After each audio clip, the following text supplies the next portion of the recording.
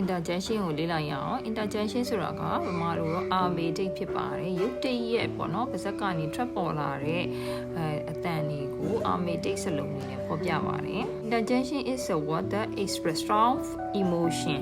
အဲ့တော့ပြင်းပြတဲ့ခံစားမှုလို့ဖော်ပြတာဖြစ်ပါတယ်အဲ့တော့ like ဘာလဲဆိုလို့ရှိရင် surprise အံ့အားသင့်သွားတယ် joy ပျော်ရွှင်တယ် anger ဒေါသဖြစ်လို့ oralနာကျင်တဲ့အခါမှာ oral နောက်ကကျ excitement စိတ်လှုပ်ရှားတဲ့အခါမှာထွက်ပေါ်လာတဲ့အတန်တွေဖြစ်ပါတယ်အဲ့တော့အပြောမှာဆိုရင်တော့ဒီ interjection ကိုပြောတဲ့အခါမှာဆိုလို့ရှိရင်သူဒီအတန်ဒီနှင်ပြီးတော့မှပြောတဲ့အတန်မျိုးဖြစ်ပါတယ်ရေးတဲ့အခါမှာဆိုရင်တော့ exclamation mark နဲ့ပေါ်ပြပါတယ် example လေးတွေကြည့်ရအောင် surprise မှာဖြစ်တဲ့အတန်လေးကြည့်အောင် wow that's amazing or a joy ပျော်ရွှင်တဲ့အခါမှာထွက်တဲ့အတန်လေး hooray we won the game now pain နာကျင်တဲ့အခါမှာထွက်တဲ့ interjection တွေ ouch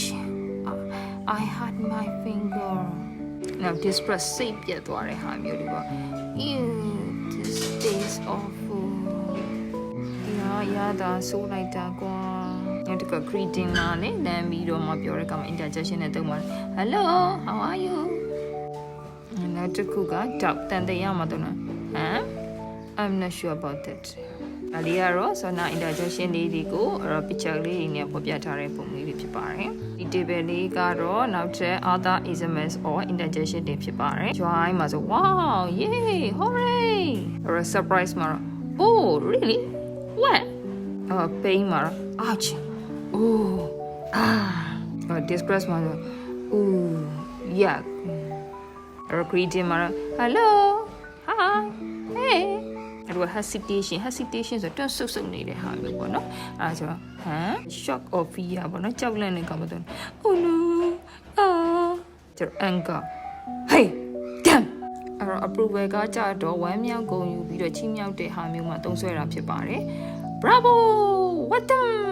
သူက attention ကကြတော့နားထောင်နေသူကိုဂရုစိုက်စေခြင်းနဲ့ပေါ့နော်အဲ့တော့ဆွဲဆောင်ပြီးတော့ကိုရှိကိုအတန်မြင့်မြင့်နဲ့ပြောတာမျိုးဖြစ်ပါတယ် look listen